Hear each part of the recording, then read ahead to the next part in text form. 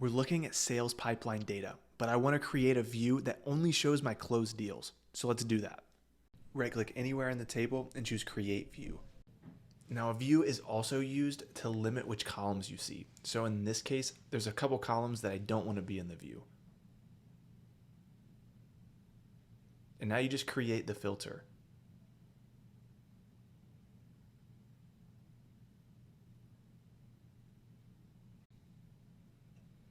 And now if we go to our view, we're only showing our closed deals and the specific columns that we wanted to show.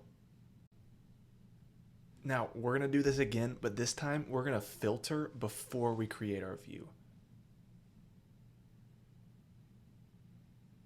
And as you can see, the filter is already added.